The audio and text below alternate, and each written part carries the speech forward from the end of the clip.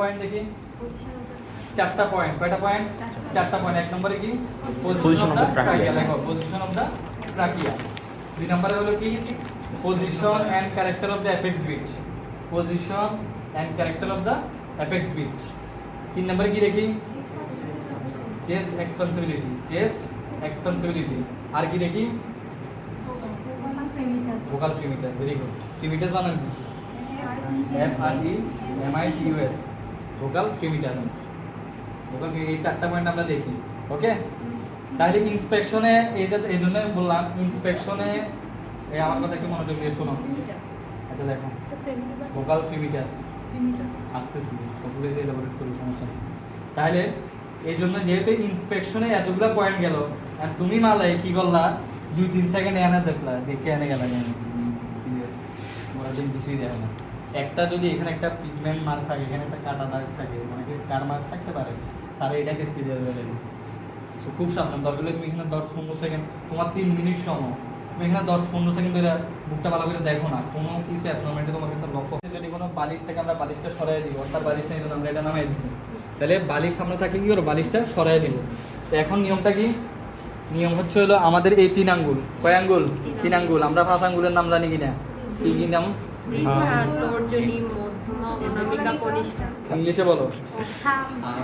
Clavicle এখান থেকে স্টার্নো, মানে স্টার্নো ক্লেভিকুলার জয়েন্ট দুই পাশ থেকে এখানে মিলছে। তাহলে প্রথমে আমি 2টা স্টার্নো ক্লেভিকুলার জয়েন্ট বাইর করলাম, এই বাইর করে এই 2 ইয়ে করলাম। তাহলে আমার মাঝখানে যে আঙ্গুলটা রয়ে গেছে, এটা হচ্ছে হলো ট্রাকিয়াটা দেখার জন্য কি করব? এখানে একবার চাপ দিব, আবার তারপরে একবার রাইট সাইডে একবার চাপ দিব, আবার একটা লেফট সাইডে একটা চাপ দিব। তুমি কি করবে? এমনি করার দরকার নাই, একবার একটু চাপ দাও, আবার এমন ধরে গুতা দিও না, করার দরকার নাই। তাহলে হ্যাঁ করলে পেশে মানে সারও হ্যাঁ করে দিবে ডাইরেক্ট। তাহলে প্রথমে একবার মিড লাইন বরাবর, এই যে তার ট্রাকিয়াটা আমি পাইতেছি অলরেডি, মিড লাইন বরাবর এদিকে দেখলা, এদিকে দেখো, এদিকে তেমন একটা ডাবতেছে না, কিন্তু এখানে যদি আমি দেখো, এখানে কিন্তু বেশি ডাবতেছে। কেন ডাবতেছে? এখানে ট্রাকিয়াটা নাই, সফট টিস্যু। আবার এখানেও বেশি ডাবতেছে, নাই সফট টিস্যু। তাহলে এইভাবে করে তোমার দেখতে পাবো। তোমার ধরো এখন তুমি লেফট সাইডে তুমি ডাবাইতে পারতেছো না, তখন বুঝবে যে এটা লেফট সাইডে ডেভিয়েটেড। অথবা তুমি রাইট সাইডে ডাবাইতে পারতেছো না, তখন কি রাইট সাইড ডাবাইতে। আর 2 পাশে ডাবাইতে পারতেছো, মাঝখানে পারতেছো না, তার মানে ট্রাকিয়া সেন্ট্রালি প্লেসড। এবারে আসো, তাহলে লেখো। তাহলে কিভাবে আমরা দেখবো, এটা তো দেখতে পাচ্ছ। তাহলে এবার আমি যেভাবে বলছি, ভিডিও করা আছে, এগুলো সুন্দর করে খাতার ডেসক্রিপশন বাংলা আকারে লিখে রাখবেন, যে বাংলা আরবি যেমনি পারেন নিজের মন মাধুরী মিশিয়ে লিখবেন।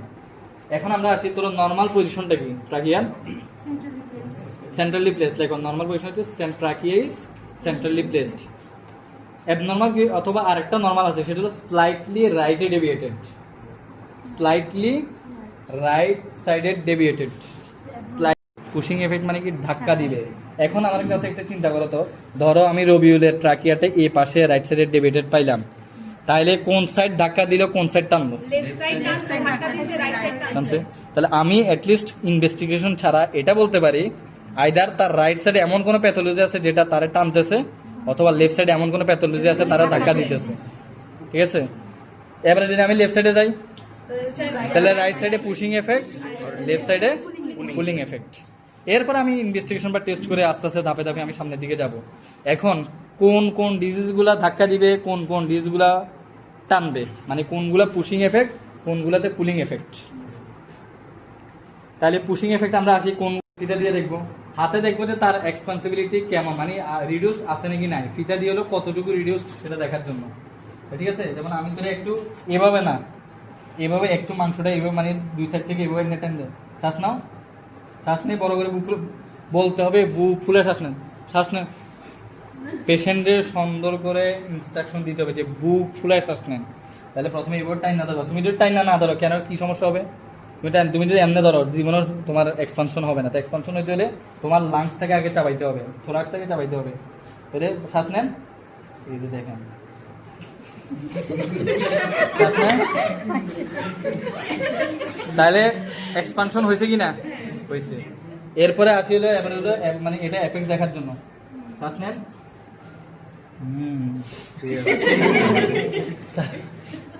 এরপরে শ্বাস নাও, ঠিক আছে। তাহলে এটা হলো কি? Chest expansibility normal.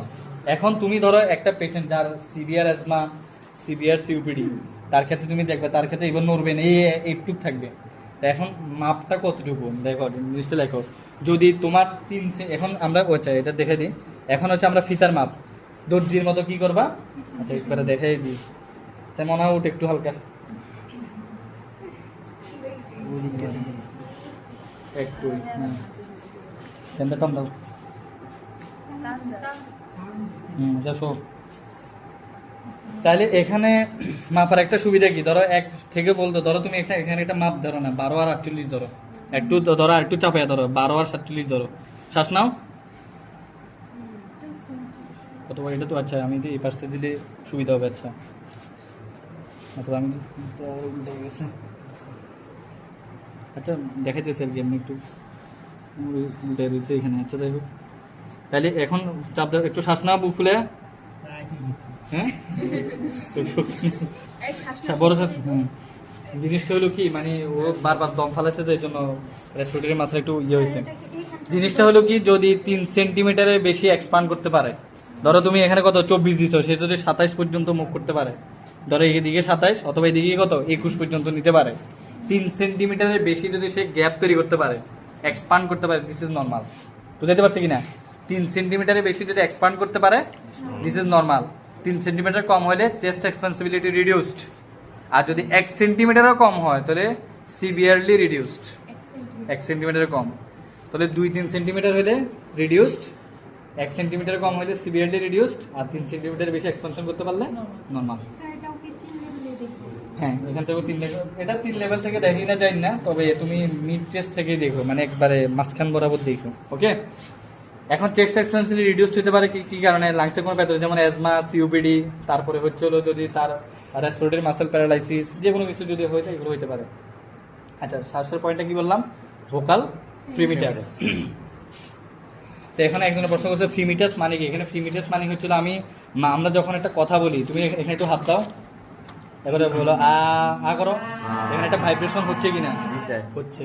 এই ভাইব্রেশনটাই আমি তুমি যে পরীক্ষার্থীর ulnar border of the right hand, এই রাইট হ্যান্ড দিয়ে আমি কি করব, এই ভাইব্রেশনটা লক্ষ্য করব, মানে ফিল করব। আর যেটা আমি কান দিয়ে শুনবো এটাই হলো কি ভোকাল রেজোনেন্স। তাহলে প্রথমত পেশেন্টকে যে শুরু করতে হবে আমাদের কি অ্যাপেক্স থেকে, অ্যাপেক্সটা মানে ক্লেভিকলের উপরে। পেশেন্টকে আমাদের ইনস্ট্রাকশন দিতে, বাবা আপনি 1-1 বলেন অথবা 3-3 বলেন, তাহলে এইভাবে করবা, বলেন 1-1, এই যে ভাইব্রেশন আছে এই বলেন 1-1। এরপরে আসবা হচ্ছিল প্রতিটা ইন্টারকোস্টাল স্পেস। এখন কিভাবে যাবা? আমরা বলছিলাম কি চেস্টের এক্সামিনেশন সবসময় হলো সিমেট্রিক্যাল, তুমি এভাবে যাবা না, তাহলে তো দুই পাশের মিল হইলো না। ধরো তুমি বলেন 1-1 বলেন, তুমি জিগজ্যাগ প্যাটার্নও যাইতে পারো, জিগজ্যাগ যাইতে পারো, অথবা বলেন 1-1। তুমি হাড্ডির উপর ধরা যাবে না, হাড্ডির উপর ধরলে তুমি ভালো রেজোনেন্স পাবা না, মানে ফ্রিমিটাসটা পাবা না। যেখানে গ্যাপটা আছে ওইখানে দিলে আরো ভালো ভাইব্রেশনটা লক্ষ্য করতে পারবা। এখন যার ক্ষেত্রে তোমার কাছে মনে হচ্ছে দুনিয়া বাদ দাও, তোমার কাছে মনে হচ্ছে যে ভাইব্রেশনটা অনেক বেশি, তখন এটাকে বলা হয় ইনক্রিজড ভোকাল ফ্রিমিটাস। এটাকে কি বলি আমরা? Vocal fremitus increased. Vocal fremitus কি হয়েছে? ইনক্রিজড হয়েছে। এখন আর যদি তোমার কাছে মনে হয় যে আমার তেমন একটা ভাইব্রেশন পাইতেছি না, পেশেন্ট অনেক কথাই বলতে পারতেছে না, ভাইব্রেশন পাচ্ছি না, তখন বলবা কি ভোকাল ফ্রিমিটাস ডিক্রিজড। ইনক্রিজড আর ডিক্রিজড। এখন কখন ইনক্রিজড হবে আর কখন ডিক্রিজড হবে? তাহলে ইনক্রিজড হবে একটা সূত্র নেমোনিক কোড দিয়ে মনে রাখো, সেটা হলো সিসিএফ। সিসিএফ মানে কি? Congestive cardiac failure. কিন্তু এখানে কিন্তু সিসিএফ মানে কনজেস্টিভ কার্ডিয়াক ফেলিওর না, সি দিয়া মানে কোলাপস। প্রথম সি দিয়ে কি? Collapse, lung collapse. আরেকটা সি দিয়ে হলো কি? কনসলিডেশন, আরেকটা হলো ফাইব্রোসিস। তাহলে কোলাপস, কনসলিডেশন, ফাইব্রোসিস। সিসিএফ মানে কনজেস্টিভ কার্ডিয়াক ফেলিওর, সব সময় বলা যাবে না। এটা তুমি সারা বলবা না, স্যার এটা কজ হলো সিসিএফ, এটা তো বলা যাবে না, এটা তো সূত্র তোমার মাথার মধ্যে রাখবা। এই 3টা কথার কারণে কি হবে? Vocal fremitus increase. তোরে দেখো কত সুন্দর, তুমি যদি তোমার কাছে যদি মনে হয় যে আমি বেশি পাইতেছি, তখন তুমি এই 3টা ডিডি তোমার মাথার মধ্যে রাখো। এরপরে ডিক্রিজড, কখন ডিক্রিজ হবে? কি এমন আছে যেটা ওই ভাইব্রেশনটাকে আসতে দিচ্ছে না? তার মানে লাংসের চারপাশে এমন কিছু আছে যেটার কারণে ভাইব্রেশনটা আসতেছে না, বাতাস আর পানি থাকলে। রেডিফিউশন এন্ড নিউমোথোরাক্স। কত সুন্দর না? সুন্দর। এই হচ্ছে হলো তোমাদের পালপেশন। নেক্সট ক্লাসে ইনশাল্লাহ আমরা, আচ্ছা এখানে যখন ফ্রন্ট অফ দ্য চেস্ট থেকে আমাদের এক্সামিনেশন করতে দিবে, তখন আমাদের এক্সামিনেশন প্রসিডিউর যে আমরা যে যাচ্ছি, আমরা তো নেক্সট ক্লাসে পারকাশন করব, আমরা তো স্টেতো বসাবো, আমরা যে প্রিমিটাস ধরবো, ব্রেস সাউন্ড ধরবো, এগুলো কিভাবে করি? আমরা বুকের ক্ষেত্রে সবসময় হিসাব করতে হবে কি মিড ক্লেভিকুলার লাইন, এই ক্লেভিকল এই মিড এইভাবে যাইতে হবে, অথবা স্থিত বসালে এইভাবে বসাইতে হবে, এইভাবে মিড ক্লেভিকুলার লাইন। যখন তোমাকে বলবো ফ্রন্ট অফ দ্য চেস্টের এক্সামিনেশন করতে হবে, তখন ফ্রন্ট অফ দ্য চেস্টের পাশাপাশি ল্যাটার অফ সাইডটাও আমাদের দেখতে হবে। এটা হলো কি মিড এক্সিলারি লাইন। তাহলে আমি যখন বলেন একে একে এভাবে যাওয়ার পরে এবারে বলেন একে এভাবে 3টা লেভেল থেকে দেখতে হবে, 3বার দেখতে হবে, ঠিক আছে? এখানে 4 5 6 7 আচ্ছা একটা ফ্ল্যাশ লাইট দাও।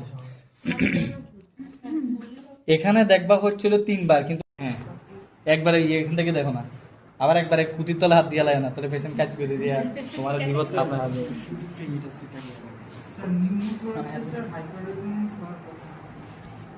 না না না বাতাস হাইপার রেজোনেট হতে হচ্ছিল কখন? হাইপার রেজোনে এই যে কাল পারকাশনটা পড়াবো, খালি তবলা বাজে বেশি, খালি বলছি বাজে বেশি। ওটা হলো তুমি যদি জোরে জোরে ধাক্কা দাও তৈলে না বাতাস থাকার কারণে দুমদুম আওয়াজ হবে, এটা হলো হাইপার রেজোনেন্স। এটা তো তুমি আওয়াজটাকে পাঠাচ্ছ, কিন্তু প্রিমিটাস কি বাতাস থাকার কারণে বাতাসটা আসতে পারতেছে না। একটা তো ও তো তুমি তো আর এখানে নিজে থেকে সাউন্ড ক্রিয়েট করতেছো না, ওরে দিয়ে সাউন্ড ক্রিয়েট করাচ্ছ, ওই সাউন্ডটা আসতে পারতেছে না।